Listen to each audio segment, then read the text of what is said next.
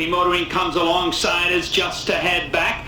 Down on the rail and holding third is Tijuana Taxi. Here comes Son Sam, wheeling 3 wide and going right up to join him. Son Sam on the far outside, now clears her length and is... Hello, it's Bob Pandolfo, and welcome to Pandy's Power Brush on YouTube. And this is my harness version, harness racing version of my YouTube handicapping videos, and it's Monday, July 17, 2023. Little quick follow-up. On July 9th, I did a video about the North American pace eliminations, and well, basically the Meadowlands pace eliminations based on the North America Cup that had just ended. And I said that I thought that Confederate was raced really huge in the North American Cup, and he finished second and would probably win the Meadowlands pace, which he did. Not a big surprise, as you can see, he went off at 1-2 here. But it was interesting because if you look at that race, the point that I made in my video on July 9th was how difficult it is from off the pace to win from off the pace in these very fast races and these high class races. And you could see that he finished with gangbusters in the North American Cup here. He lost by a head. And he had a similar race in the Breeders' Cup last year. So this was an important race last Saturday at the Meadowlands because he had won 11 of 8 lifetime starts. He lost his first start, and then he was just really powerful after that. But he lost his 2 biggest races, so he really needed to win this race. I thought that Tim Tetrick would probably leave. He did leave, but he took a tuck. So let's look at the chart. So he took an early tuck and he ended up 4th. So I think if the track was more speed favoring, Tetrick probably would have just kept rolling. I mean, he could have wired this field. This pace wasn't very fast. 26-2 is just kind of average for these horses. 54-3 is kind of on the slow side, I think, a little bit, for this kind of race. But it worked out fine for him because he got. If you remember, if you look at my video on July 9th, I said if you're betting horses, the best thing, harness horses, the best thing to do is look for horses that you think are going to leave, and if you don't think they're going to leave or you're not sure they're going to leave, you think they're in a situation where they probably can go first over. You really don't want too many horses that are racing with cover, especially on the 5/8 tracks and the half-mile tracks. In these really fast races, though, on any track, like in these high-class races, I still, really don't want horses coming from far back because it's just, like I explained in my video from July 9th, there's just not enough time to catch up. I mean, in that race that I was talking about, the North American Cup, Confederate paced his last half in 52-1, which is unbelievable, especially for a 3-year-old. The thing is, it wasn't good enough. I mean, it's hard to believe. Imagine years ago, would you ever think that a horse would pace his last half in 52-1 and not win? But the thing is, he just didn't have enough time to catch up. And I explained in that race how, the horse that won the race, it's my show, Scott Zeron, the driver, stole the second quarter, won a 28-1 second quarter, and that was basically it. I mean, he put Confederate in a situation where he was pretty much mathematically eliminated. But Tetrick, now, like I said, I was thinking, he'll probably leave, but he made a good choice, I think, tucking, because of the fact that the way the races were going that night. Like if you look it over, and the Meadowlands does a very good job at this.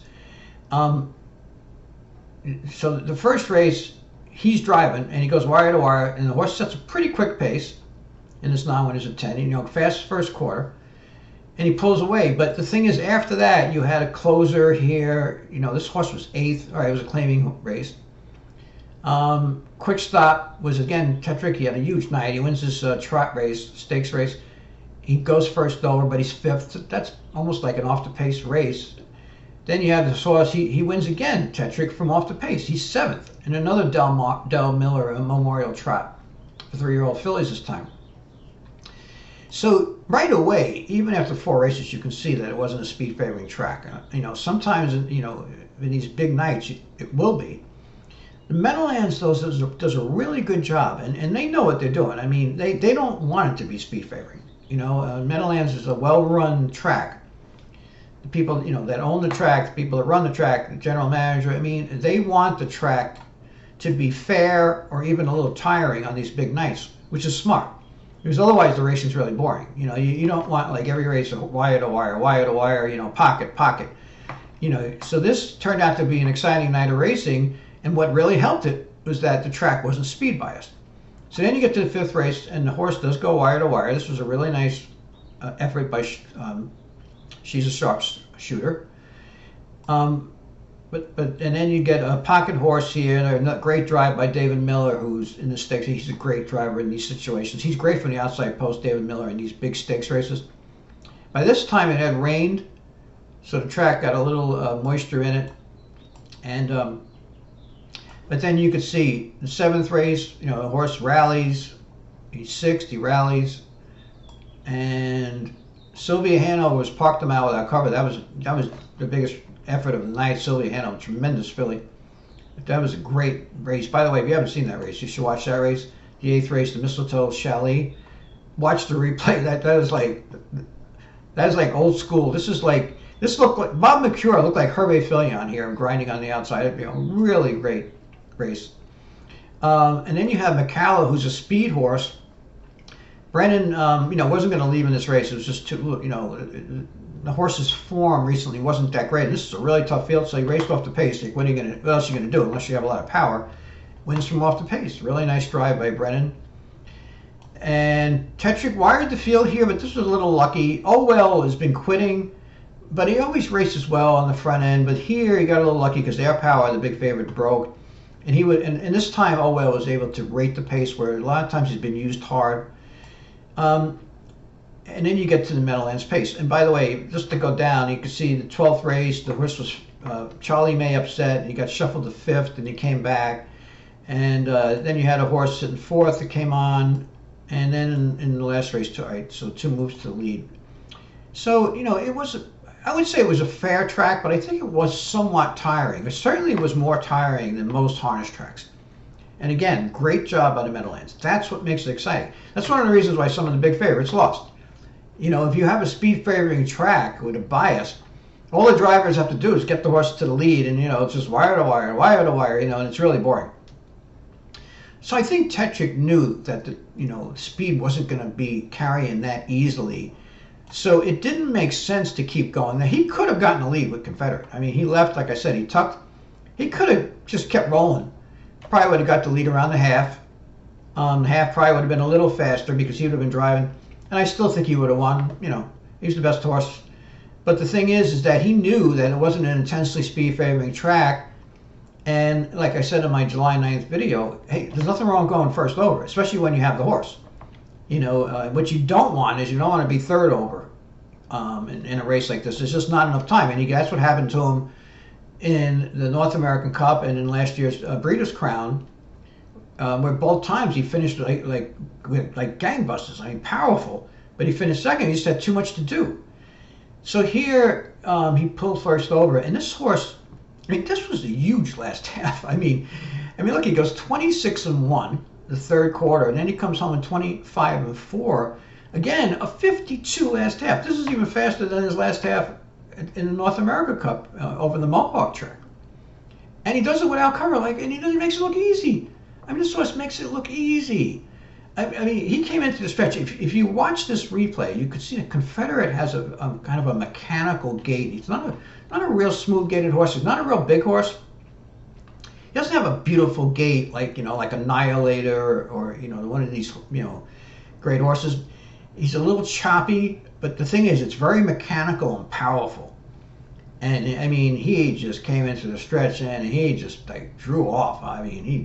This was a really powerful race. This is a really nice colt.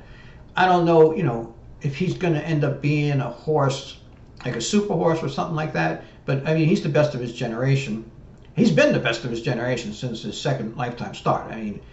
Last year in the Breeders' Crown, I saw that race and I thought to myself, this horse is going to win the Meadowlands pace. And unfortunately, he lost the North American Cup because he was just too far back. So Tetrick redeemed himself big time, though, here. Good drive and unbelievable night for Tetrick. He just, what did he win, 4 stakes races? Well, he won the first race. That was just a regular race. Yeah, then he wins a Del Miller race, stakes race, another Del Miller back to back. And then, let's see, so the next one was, oh yeah, he wins the Stanley Dancer, another trot race. And then, of course, he wins with Confederate, the Meadowlands Pace. Big night for Tetrick, big night for David Miller, big money drivers, you know. But again, kudos to the Meadowlands for not having the track speed favoring. And I was really glad to see Confederate, you know, get this win because, you know, he lost like those two big races. This horse, you got to give credit to Brett Pelling, one of the great trainers of all time. The trainer that had him last year, Brian Brown, also did a really good job. Canadian trainer. One more thing before I go, you know, Brett Pelling, I think this is, what they say is his 5th Meadowlands Pace? Or was it his 6th? Jeez, I should have looked it up before I made the video. But, you know, I just want to say, I mean, Brett Pelling, I mean, I interviewed him once years ago. One of the smartest trainers I've ever talked to. You know, a really cool guy too. He's not afraid to speak his mind. Great trainer, great horseman. Really hard to believe that he's not in the Hall of Fame. I mean, I just don't understand it. It's very weird. But anyway, this is Bob Pandolfo. This is Power Brush. Subscribe to my channel, please. It's free, and this way I can keep making the videos. And good luck.